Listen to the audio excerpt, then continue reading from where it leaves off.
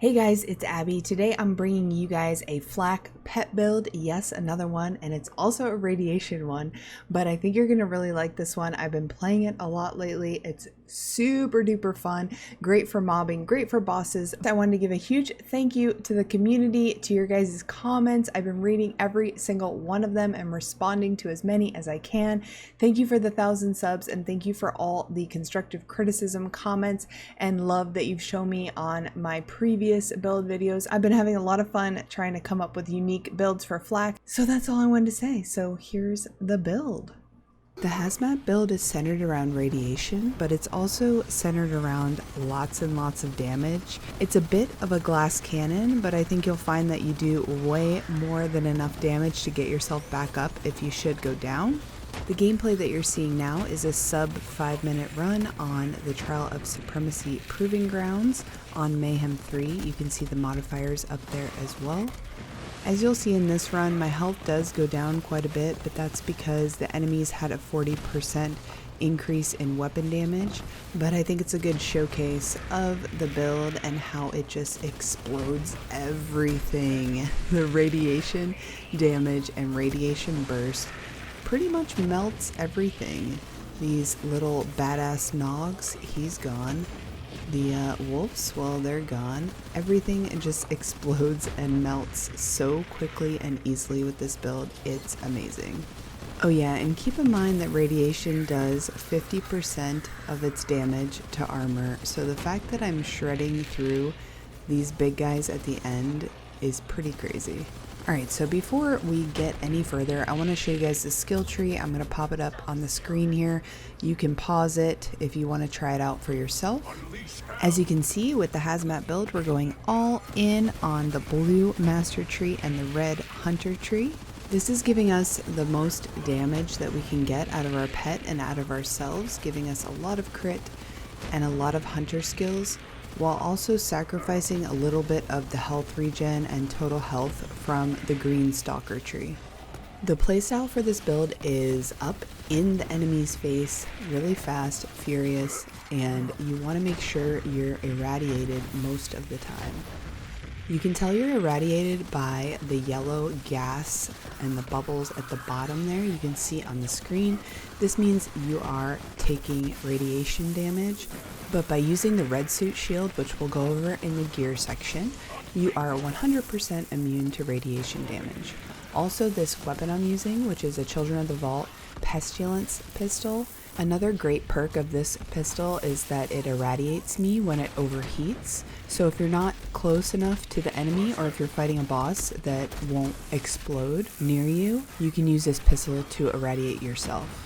This Grave Ward kill on Mayhem 3 is a really great example to show you what happens when you're not irradiated and how much damage you do when you are. Right here I'm not irradiated and I'm shooting at Grave Ward's critical spot. I'm doing okay damage, pretty good damage, almost halfway. And then now I'm irradiated and this is the damage that I'm doing, so it's definitely great for killing Grave Ward, for killing other bosses. Going down the hunter tree also allows us to use the Spider Ant Scorcher as our pet, which will give us health regen and elemental damage, which is perfect for this build. The health regen also gives us a little bit more sustainability that we're losing by not going into the green tree. I also noticed from playing with the Spider Ant that it attacks a lot more frequently than the Horn Skag, which was what I was previously using on my last radiation build.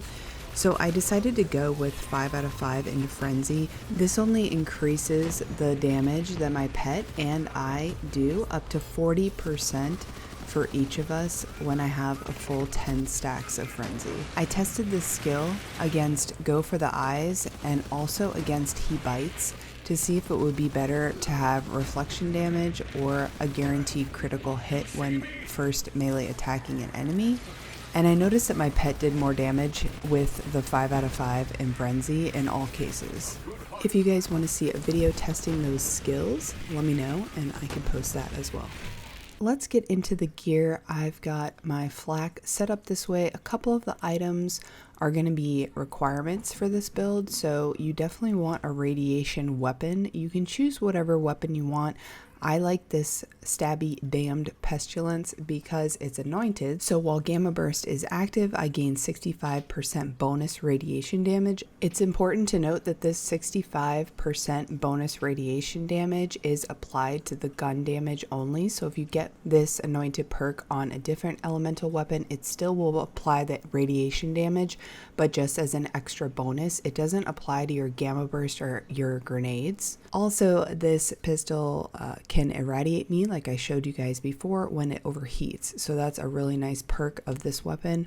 I also have a regular one that's not anointed, but it also got negative 25% weapon damage, but it shoots 2 shots and consumes 2 ammo. I already have enough trouble as it is keeping ammo on this character with this build because I just want to use my pistol all the time. So I'll definitely be on the lookout for a higher damage pestilence roll. I noticed that the pistol dropped twice for me while I was farming for the red suit from Adam and Celestro, which is located on the Tanzandir ruins map of Necrodefeo. That brings us to our next required item on the list of gear, and that is the red suit shield. You're going to want to get one of these either from the campaign mission reward, or you can also farm it from Adam and Celestro, which, like I said, is located in the Tanzandir ruins on Necrodefeo. I'm going to make a video about how to farm this shield as well. And then the other required item for this build is going to be the Bounty Hunter legendary class mod.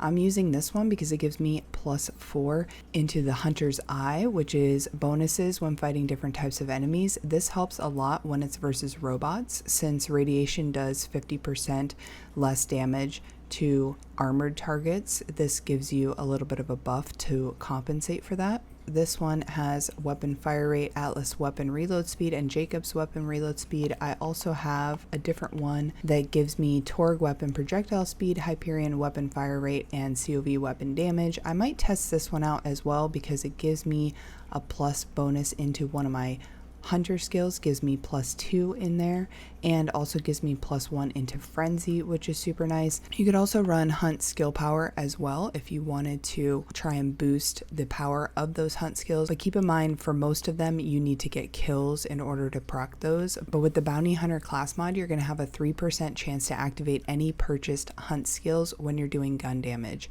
If you notice your pet going down a lot in Mayhem 3, if they're dying a lot and say you're in the slaughter shaft or you're in an area where the enemies are doing a lot of damage, you might want to switch to the friend bot. This will keep your pet up more often. Anytime you get a kill, your pet will gain a second wind. It also increases your pet damage, and it also gives you points into Barbaric Yop, which, as we know from my last build, has been buffed.